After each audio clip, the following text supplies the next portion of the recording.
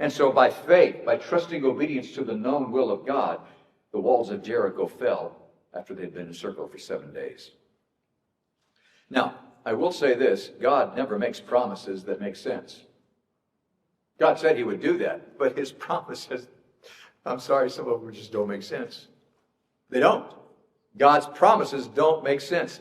God doesn't tell you to obey that which makes sense. He just tells you to obey.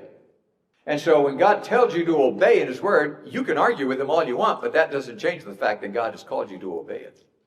Now, get this. God tells Joshua, okay, this is what I want you to do. March around it 1 time a day for 6 days. On the seventh day, seven times. You're going to blow the ram's horns, and everybody's going to shout, and this is how we're going to do it. And Joshua's thinking, I'm not saying I'm putting words into Joshua's head here, but if it was me, if I'd been Joshua, I would have been going, God, I don't, okay, time out.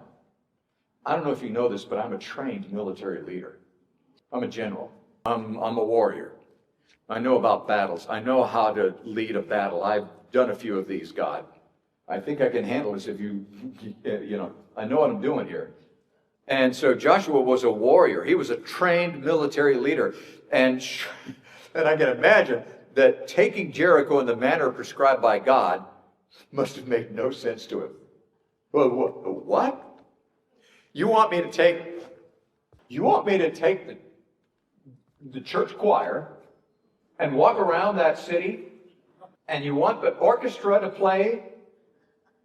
And I know sometimes they don't sound all that great, but that's not going to cause the walls to fall down, God. And listen, I remember I'm not making this up. In seminary, I remember at one time a professor talking, there are a number of theories about how this happened. And probably it was the harmonies of the different sounds came together and created a vibration in the walls. And I thought, man, you are going to feel stupid if you get to heaven. Listen, like I said, God's plans don't make sense. They don't make sense, and it must not have made sense to Joshua. But listen, the reason, but Joshua did it, right? He did it, even though it didn't make sense. But the reason God's directions don't always make sense is because we don't see the big picture. We're looking at the problem. That's why it doesn't make sense, because we're looking at the problem. Well, God, do you know how big the city is? And so, so if the wall, and by the way, God, if the walls fall down, don't they fall on us?